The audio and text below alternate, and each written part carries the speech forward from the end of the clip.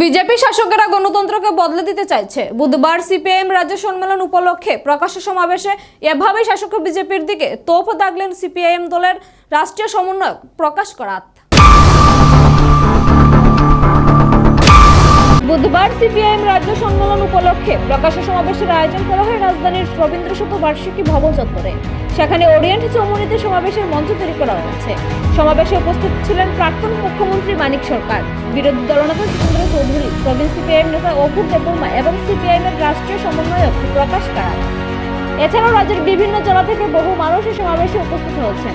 প্রকাশ্য সমাবেশে নিজের বক্তব্যের শুরুতে প্রকাশ করাত বলেন, প্রতিবার আগরতলা স্বামী বিবেকানন্দ ময়দানে এই রাজ্য সম্মেলন অনুষ্ঠিত হতো। তিনি ইতিপূর্বে রাজ্যের 10টি সম্মেলনে যোগ দিয়েছিলেন। এবছর শাসক দল মাঠে সমাবেশ করার অনুমতি না দিলেও উপস্থিতি জনঢল দেখে বিজেপি সঠিক জবাব পেয়ে যাবে। তিনি আরো বলেন, বিগত 11 বছরে মোদী সরকারের শাসনকালে দেখা গেছে তারা কিভাবে সংসদীয় গণতন্ত্রকে শেষ করে দেওয়ার চেষ্টা করছে। বিরোধী দলের নেতাদের জেলে বন্ধ করে দেওয়া হচ্ছে, বিরোধীদের উপর হামলা চলছে, তাদের মিথ্যে মামলায় ফাঁসিয়ে দেওয়া শাসক দলের কাছে সাধারণ একটি ব্যাপার। এমনকি সংবিধানকে নিজের সুবিধা অনুযায়ী সংশোধন করার চেষ্টা করছে মোদী সরকার। তিনি জোর দিয়ে বলেন, দেশ তথা রাজ্যের গণতন্ত্রকে নষ্ট করে দিচ্ছে সরকার। যতদিন ভাজপা শাসক হিসেবে থাকবে ততদিন গণতন্ত্র বিপদে থাকবে। তাই কমিউনিস্ট পার্টি গণতন্ত্রের রক্ষার জন্য সংঘর্ষ করবে। उसमें कहा गया है कि लोकसभा का चुनाव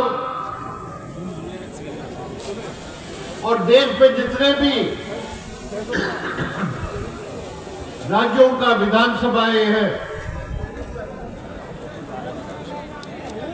वो चुनाव साथ साथ चलाएंगे। और हमारे देश में अभी संविधान में बताया गया है कि कोई विधानसभा का चुनाव हो तो 5 साल का कार्यकाल रहेगा, लेकिन इस संशोधन के माध्यम से वो तय कर सकते हैं कि किसी विधानसभा का 3 साल का ही कार्यकाल रहेगा या 2 साल का कार्यकाल रहेगा। तो इस तरह जो जनता की जनवादी अधिकार है, राज्यों में विधानसभा का जो अधिकार है, इसको वो खत्म करना चाहते हैं। इसलिए भारतीय जनता पार्टी का जो केंद्र में अभी तक 11 साल का शासन रहा है और त्रिपुरा में 7 साल का भी उनका शासन रहा है, उसे हम यही सबक सीखना है कि जब तक भाजपा सरकार में है, सत्ता में है, हमारे देश में जनतंत्र खतरे में रहेगा। और इसीलिए मार्क्सवादी कम्युनिस्ट पार्टी तमाम सेक्युलर और जनवादी ताकतों के साथ मिलकर जनतंत्र की रक्षा के लिए संघर्ष करेंगे। दूसरी बात यह है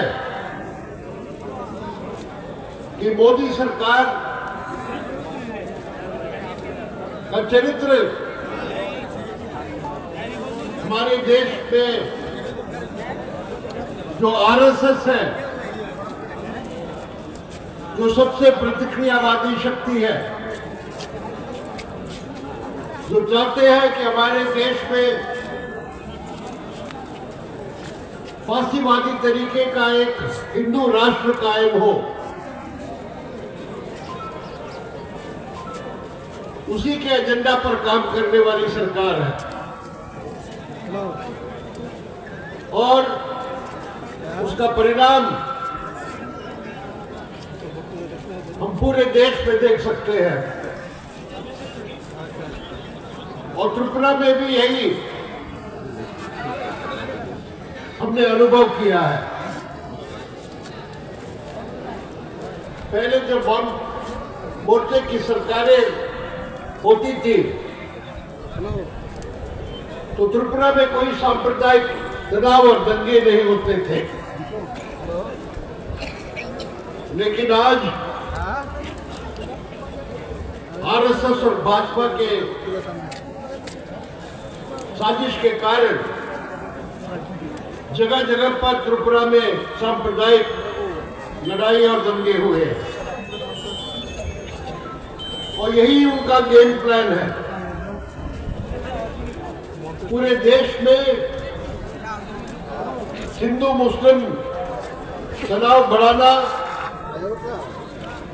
हिंदुओं को बताना कि आप इकट्ठे हो, एक हो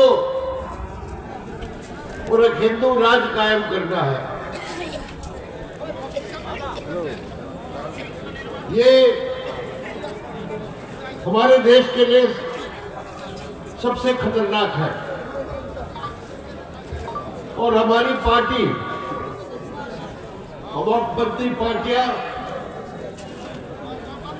सबसे दृढ़तापूर्वक इन सांप्रदायिक ताकतों के खिलाफ लड़ेंगे और त्रिपुरा में भी त्रिपुरा का जो गौरव में कम्युनिस्ट आंदोलन का इतिहास है, जब तक हमारे पार्टी के एक भी कार्यकर्ता रहे, हम इन सांप्रदायिक ताकतों के खिलाफ डट के लड़ेंगे। साथियों, भाजपा और मोदी सरकार का एक स्तंभ है आरएसएस और ये हिंदू कट्टरपंथियां और दूसरा स्तंभ है हमारे देश के बड़े कॉर्पोरेट, हमारे देश के बड़े पूंजीपति। और जिस तरह मोदी सरकार ने पिछले एक दशक में आर्थिक नीतियां चलाई है, वो सिर्फ कुछ चंद बड़े पूंजीपतियों के हित के लिए रहा है।